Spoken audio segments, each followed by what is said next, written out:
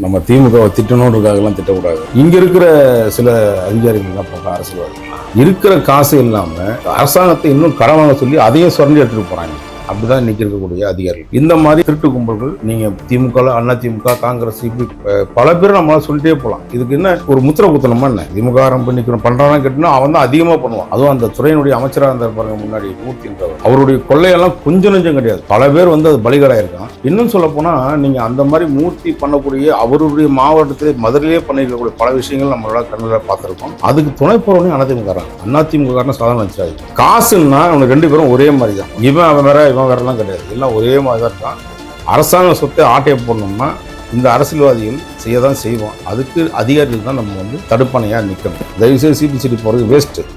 அங்கே இருக்கிறவங்களாம் முன்னாடி இருந்த அதிகாரிகள்லாம் திருட்டு பசங்க நம்பர் 1. அது டிஐஜி, ஐஜி எவனா இருந்தாலும் சரி, திருட்டு பசங்க 1. அவங்கள தான் முதல்ல சிபிசிடி விசாரிக்கணும், சிபிஐ விசாரிக்கணும். அப்படியாப்பட்ட ஒரு கும்பல் தான் அங்கே உட்காந்துருக்கு. இப்போ எல்லா பேரும் திருத்தி விட்டாங்க. ஒருத்தனை தூக்கி காட்டில் போட்டாங்க, ஒருத்தனை தூக்கி நாட்டை போட்டாங்க. இன்னையை பொறுத்தவரை இந்த 68 நாளில் அவர் ஆட்சிக்கு நிலைச்சி நிற்கக்கூடாதுன்றதுல திமுக, அதிமுக பெரும் பங்கு வகிச்சாங்க. அதுக்கு முக்கிய காரணம் என்னன்னு கேட்டீங்கன்னா, இந்த ஆட்சி நீடிச்சுன்னா நான் அவர்கிட்ட சொன்னேன், சார் நான் பத்திரிகை நடத்த வந்தேன், பார் நடத்த தெரியாது சார் அப்படின்னு சொல்லிட்டு வந்தேன். அந்த மாதிரி இப்போ பார் நடத்துறவங்க எல்லாம் இப்போ பத்திரிகையாளனா வந்தாங்க. இவங்க முதல்ல பத்திரிகையாளனா முதல்ல செக் பண்ணுங்க. இவங்க திமுக காரணம்.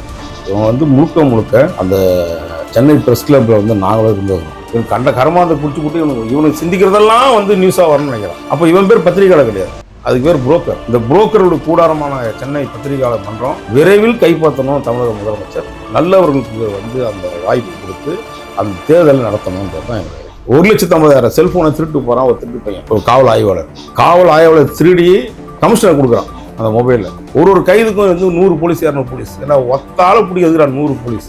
நீ கூப்பிட்டா நானே வந்துடுவேன்னு பல முறை சொல்லியிருக்கேன். முழுக்க திமுகவுடைய கைக்கூலியா மாட்டாங்க. அப்படியாப்பட்ட சங்கத்தில் இருக்கிறத விட, ஒரு பத்திரிகையாளர் இருக்கிறத விட எங்கேயா மாடு மேய்ச்சி இவங்க பிழைக்கலாம். அது நல்ல பொழப்பு.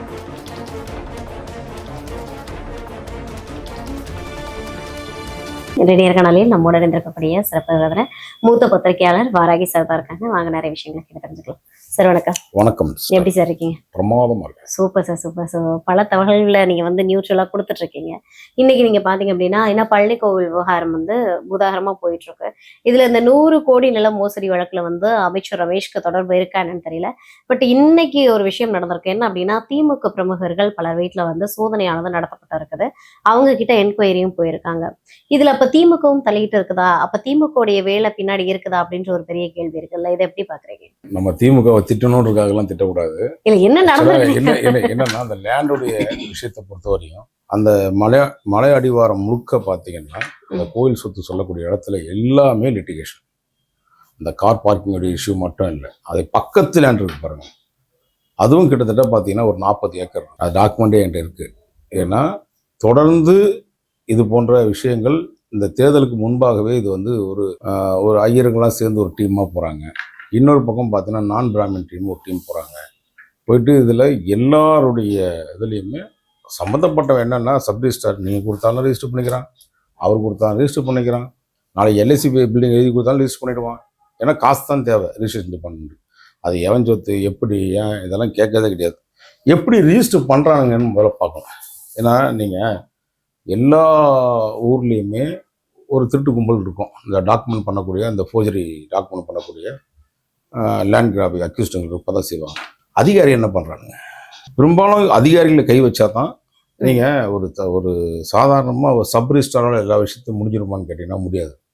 அதுக்கு மேலே உங்களுக்கு ஏஏஜி இருக்காங்க, மாவட்ட பதிவாளர் இருக்காங்க. ஓகேங்களா? இவங்களுடைய நாலேஜ் இல்லாமலாம் நீங்கள் இந்த மாதிரி நீங்கள் பதிவு பண்ணக்கூடிய டாக்குமெண்ட் அனைத்தையும் பாருங்கள், இன்சார்ஜியாக ஒருத்தனை போடுவாங்க. இப்போ எங்களெல்லாம் அரெஸ்ட் பண்ணும்போது என்ன பண்ணுவாங்கன்னா, காவல்துறையில் சனி ஞாயிறில் அரெஸ்ட் பண்ணுவாங்க. ஏன்னா சனி ஞாயிறில் ரெகுலர் மேஜிஸ்ட்ரேட் இருக்க மாட்டாங்க, வேறு ஏதோ ஒரு கோர்ட்டுடைய இன்சார்ஜ் வருவாங்க. அப்போ அவங்க என்னென்னா சொல்லி வச்சுருவாங்க, மேடம் இந்த மாதிரி விஷயம். ரெகுலர் ஜட்ஜுன்னா என்னென்னா, இந்த செக்ஷன் எதுவும் மேலோட் ஆகாது, இதுக்கு இந்த வழக்குங்க சம்மந்தம் இல்லையே அப்படின்னு பலமுறை காரி உமிழ்ந்த காவலர்களை நம்ம பார்த்துருக்கோம். காவல் அதிகாரிகளே காரி உமிழ்ந்திருக்காங்க நம்ம மேஜிஸ்ட்ரேட்டுங்க. அந்த மாதிரி சப் ரிஜிஸ்டாரை பொறுத்தவரை என்னென்னா, ரெகுலராக பண்ணக்கூடிய சில பேர் இருப்பான். அவன் இந்த மாதிரி தப்புகளை பண்ண மாட்டான். தப்பு பண்ணாத அன்னைக்கு என்ன பண்ணுவான்னா, அவனை தூக்கி ஓரம் கட்டிட்டு அவனை லீவு போட சொல்லுவான். லீவு போட சொல்லி பதிவாளர் இருக்காங்க, மாவட்ட பதிவாளர், அவன் அலுவலகத்திலேயே ஒரு 3-4 பேர் அந்த கேட்டகரியில் வேலை செய்வான். அவன் சார் பதிவாளர் கூட எந்த தகுதியும் இருக்காது அவனுக்கு. அவனை கொண்டு போய் அவனை இன்சார்ஜ் போடுவாங்க. ஓகே. ஸோ சார் பதிவாளர்னா அவன் குரூப் 1 ஆஃபீஸர் எப்படி இருக்கணும் அப்படின்னு நமக்கு தெரியும் என்ன நடக்குது. இங்கே இன்சார்ஜில் இருக்கக்கூடிய பனிஷ்மெண்ட்டில் இருக்கக்கூடியலாம் கொண்டு வந்து அங்கே போட்டு அவனை வச்சு டூப்ளிகேட் டாக்குமெண்ட் ரெடி பண்ணுறாங்க. ஸோ ஒரு சார் பதிவாளருடைய வேலையோடு முடிஞ்சிடாது. அதுக்கு மேலே மாவட்ட பதிவாளர் வரையும் பல்வேறு விஷயங்கள் இது மாதிரி தமிழ்நாடு முழுக்க நடந்துகிட்டே இருக்குது. இன்னும் நடக்கும். என்னதான் நீங்கள் வந்து இப்போ நம்ம ஊரில் கிரெடிட் கார்டு மாதிரி எடுத்துகிட்டு போகிறோம், அந்த கிரெடிட் கார்டு தேய்க்கிறோம், அவனுக்கு வந்து மெசேஜ் நமக்கு வந்துடும். அதே டூப்ளிகேட் கார்டும் அதே மாதிரி தான் நடக்குது. நீங்கள் ஒரு ஒரிஜினல் போட்டிங்கன்னா அதே மாதிரி டூப்ளிகேட்டும் ரொம்ப ஒரிஜினலோட சூப்பராக போடுறோம். நீங்கள் கூகுள் பே வந்து நம்ம முதல்ல வந்து ஸ்கேன் பண்ணணும் தான் அவசியம். இப்போ ஸ்கேனே பண்ண தேவையில்ல. நீங்கள் சும்மா அப்படி போனீங்கன்னா போதும், அதுவே ஸ்கேன் பண்ணி எடுத்துக்கோங்க காசை. இப்போ அந்த மாதிரி டெக்னாலஜி வந்துருச்சு. ஸோ இந்த மாதிரி விஷயங்களில் பத்திரப்பதிவு துறையில் அன்றாடம் மக்கள் வந்து அதிகமாக நடமாடக்கூடிய ஒரு துறை பத்திரப்பதிவு. இந்த பத்திரப்பதிவில் திமுக காரன் மட்டும்தான் அப்படின்னு நினச்சிட பார்க்காதீங்க. இதுக்கு முன்னாடி அதிமுக இருக்கான், அதிமுக கம்யூனிஸ்ட்காரன் கூட இருப்பான். பெரும்பாலும் என்னென்னா கம்யூனிஸ்டில் ஏன் சொல்லக்கூடாதுன்னா, அன்றைக்கி இருந்த கம்யூனிஸ்ட்டுக்கு நல்லக்கண்ணு ஐயா மாதிரி அப்படின்னு இருந்தாங்க. நல்லக்கண்ணு யாரையும் மதித்தாங்க இன்றைக்கி?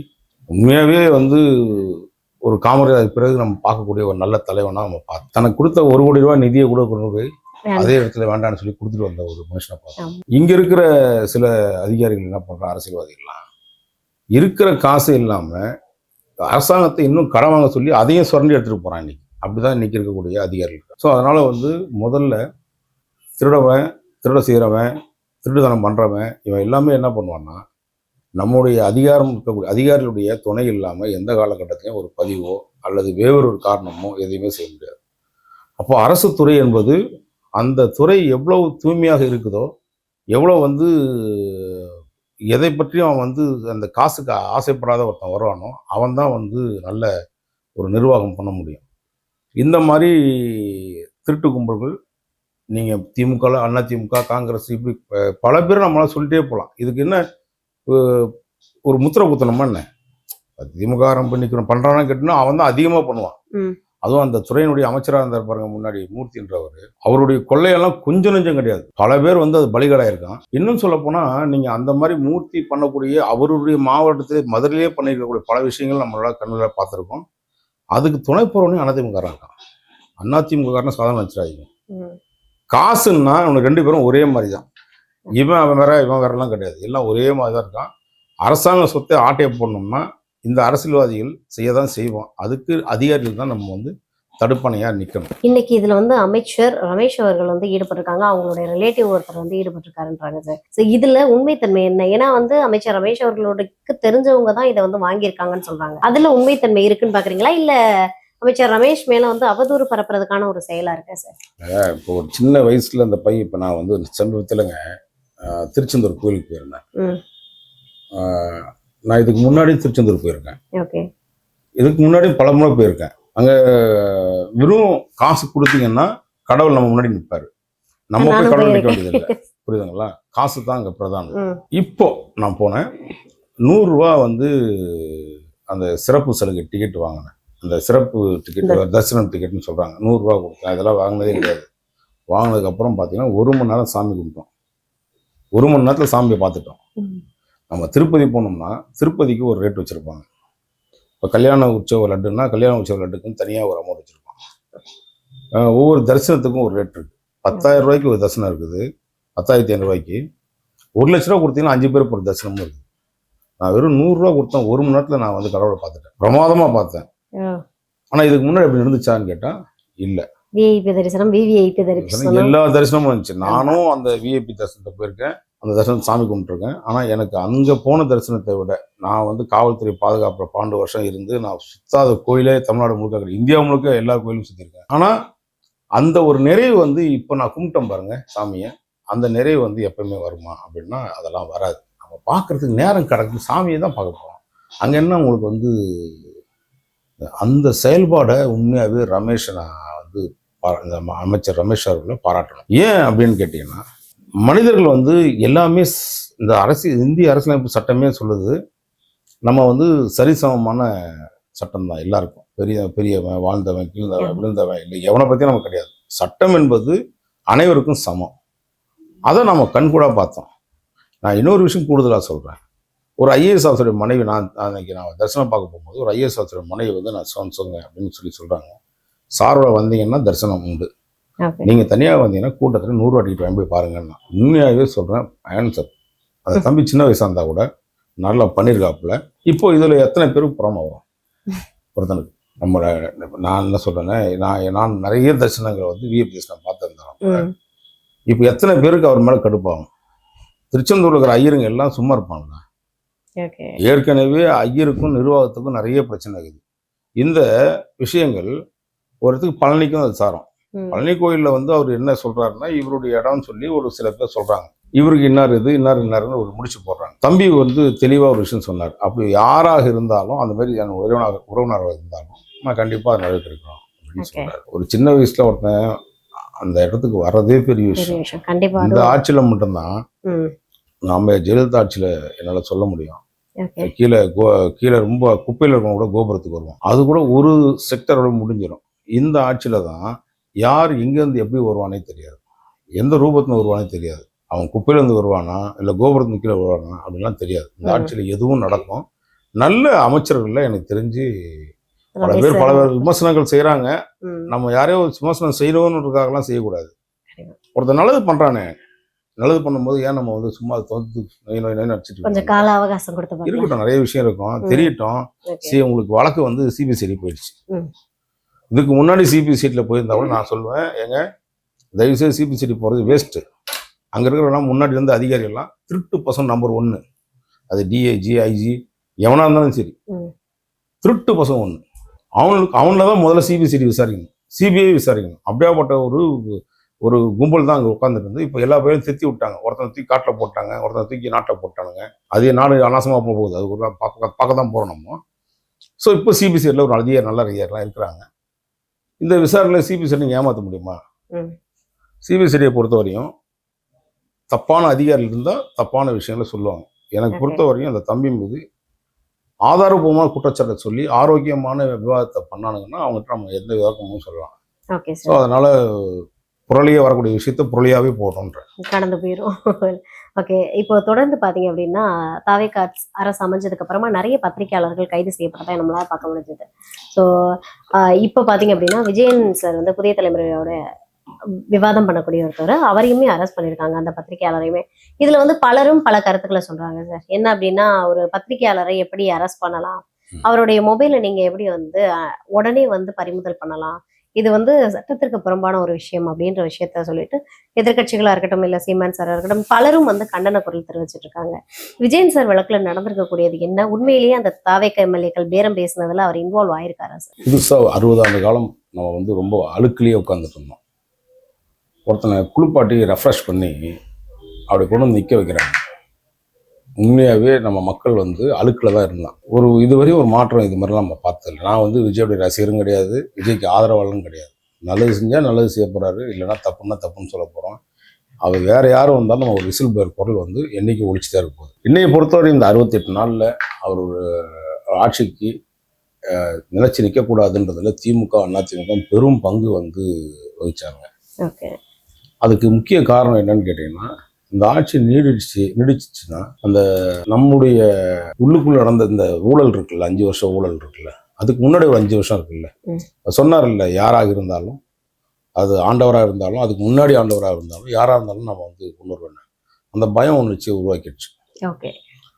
அதன் அடிப்படையில் இவங்களுக்கு எதையாவது நோண்டி எடுத்து, ஏன்னா எப்பவுமே திமுகவுக்கு 2 விஷயம் இருக்குங்க. கருணாநிதி இருந்த காலத்துலையும் சரி, ஸ்டாலின் இருந்த காலகட்டத்தில். ஸ்டாலினுக்கு இந்த விஷயம் தெரிஞ்சு நடக்குதான்னு கேட்டிங்கன்னா தெரிஞ்சு நடக்க வாய்ப்பே இல்லை. நிச்சயமாக சொல்கிறேன், உண்மையாகவே கதறிட்டு இருக்காரு ஸ்டாலின். இதில் தேவையில்லாமல் நம்ம கூட்டு வந்து நிற்க வைக்கிறாங்க.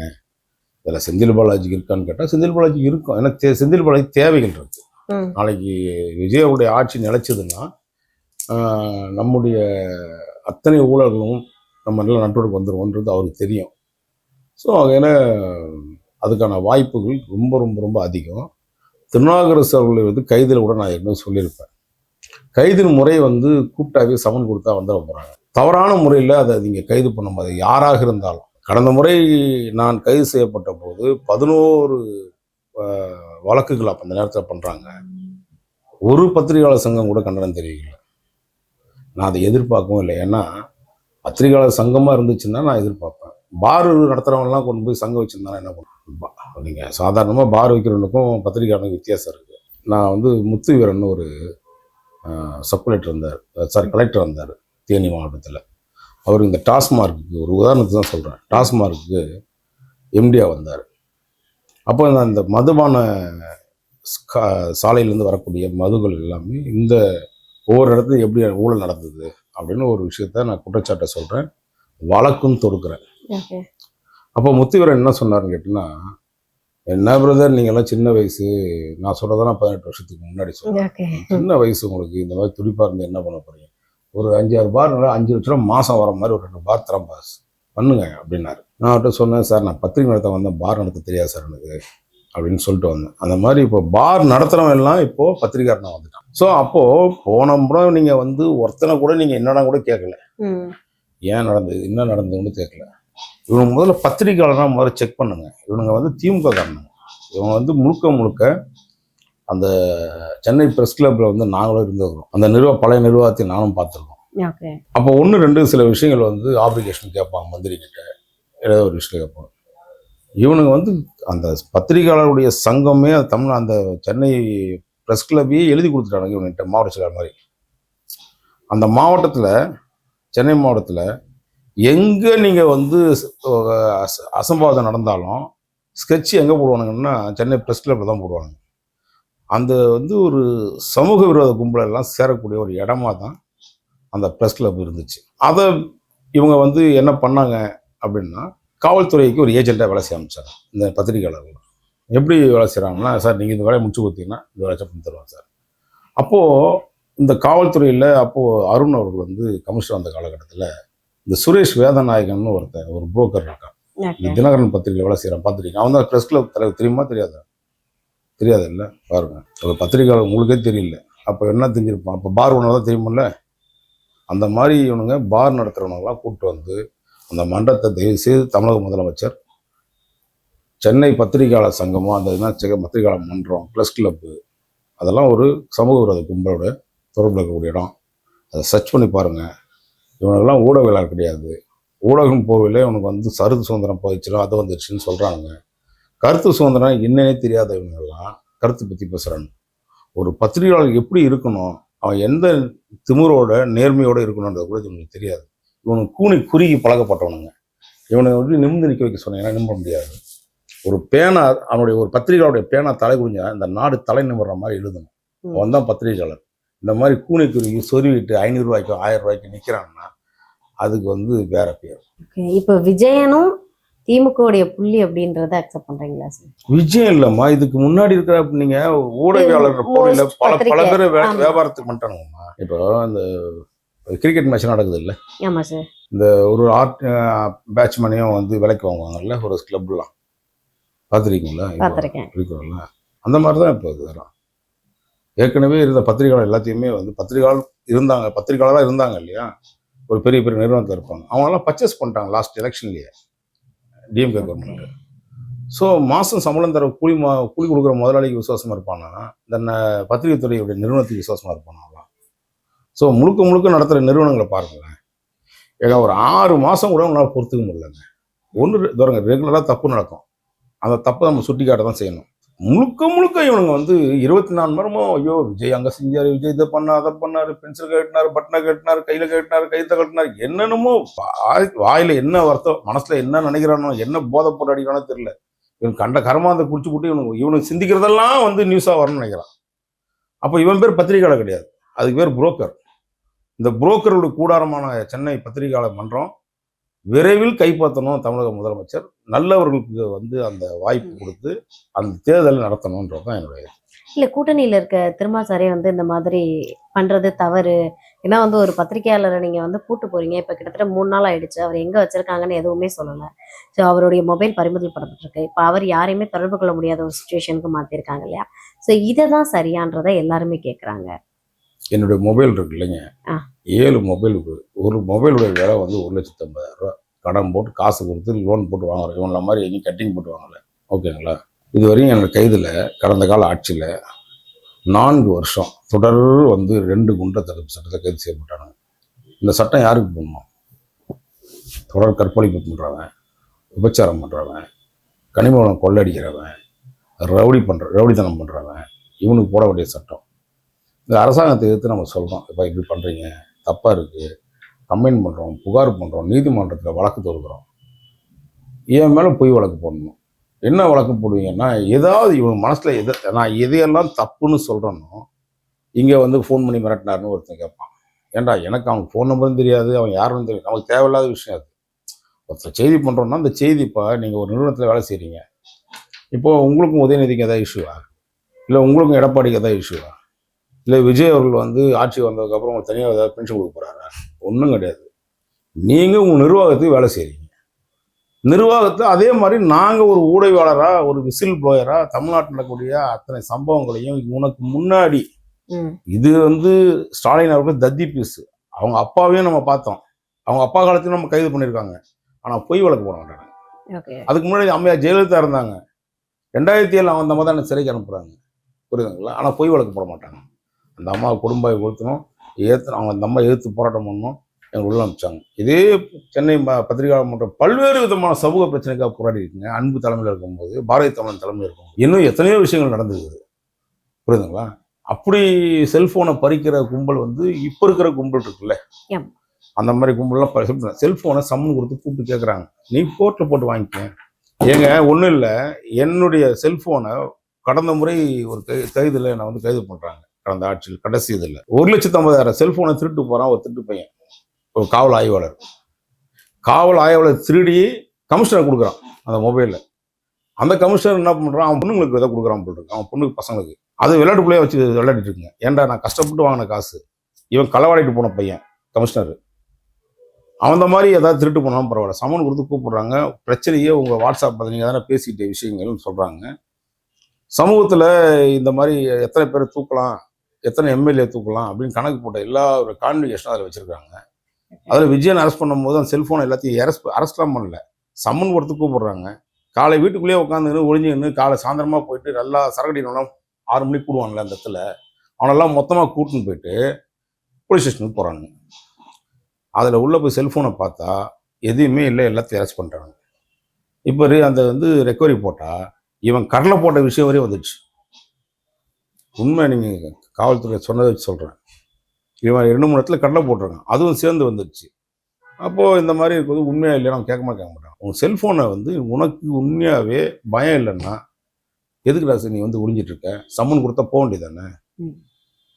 உங்களுக்காக சம்மனாக விடுற அந்த ஆட்சியில் எங்களெல்லாம் கைது தவிர எதுவுமே கிடையாது. நேராக கைது கோர்ட்டு, கைது கோர்ட்டு, கைது கோர்ட்டு. ஏன்னா ஒருத்தனையும் நம்ம வந்து, ஏன்னா நல்ல ஒரு ஆட்சி ஆளும் போது உங்களை கூப்பிட்டு மரியாதை கொடுக்குறான் பார்த்தீங்களா, எங்களெல்லாம் மதிக்கவே இல்லை. பேசுகிற உண்மைன்னு ஏதாவது ஒரு வார்த்தையை சொன்னோம்னா அடுத்த கைது. காலையில் பேசிட்டு போவோம், சாயந்தரம் கைது பண்ணுவான், வீட்டில் இருக்கும்போது ரோட்டில் போயிட்டு இருக்கும்போது கைது பண்ணுவான். ஒரு கைதுக்கும் வந்து 100 போலீஸ் 200 போலீஸ். ஏன்னா ஒத்தால பிடிக்கிறதுடா 100 போலீஸ். நீ கூப்பிட்டா நானே வந்துடுவேன்னு பல முறை சொல்லியிருக்கேன். என் காணொலியில் பல இடங்களை சொல்லுங்கள், வழக்கே வா வாராகி காத்திருக்கிறேன், நீ எவ்வளோ விஷயம் வந்தாலும் நான் செஞ்சு விடான்னு சொல்லியிருக்கேன். அப்போது இந்த ஆட்சியிலேயாவது உங்களை கூப்பிட்டு என்னப்பா விஷயம் நடக்குது ஏன்பா அப்படின்னு சம்மனை கூப்பிட்டா உடனே கருத்து சொல்லுவாங்க. எங்கேருந்து நான் வந்துடும் உங்களுக்கு கருத்து? 5 வருஷமா என்ன பண்ணிட்டு இருந்தீங்க, மூடிட்டு இருந்தீங்க? 5 வருஷமா என்ன பண்ணிட்டு இருந்தேன் இந்த சென்னை பத்திரிகை மன்றம்? அட குடியார பசங்களே, உங்களுக்கு வந்து ஒரு ரவுண்டு போதை தெரிஞ்சிச்சுன்னா அதுக்கப்புறம் என்ன பண்ணுறீங்க, உடனே வந்து பவ்யமாகிடுறீங்க. 2 கட்டிங் போட்ட உடனே இன்னும்மா நீ போயிருக்கீங்களா அந்த பக்கம், எங்கேயாவது சென்னை பத்திரிகை மன்றம் போயிருக்கீங்களா? நீ போய் பாருங்கள், போயிடாது. பக்கம் பப்பாக இருக்காது, ரொம்ப மோசமாயிடுச்சு. அந்த மாதிரி ஒரு துறையை வச்சுக்கிட்டு அவனுங்க முழுக்க திமுகவுடைய கைக்கூலியாக மாட்டானுங்க. அப்படியாப்பட்ட சங்கத்தில் இருக்கிறத விட, ஒரு பத்திரிகையாளர் இருக்கிறத விட எங்கேயாவது மாடு மேய்ச்சி அவனுக்கு பிழைக்கலாம், புரியுதுங்களா? அது நல்ல பொழப்பு.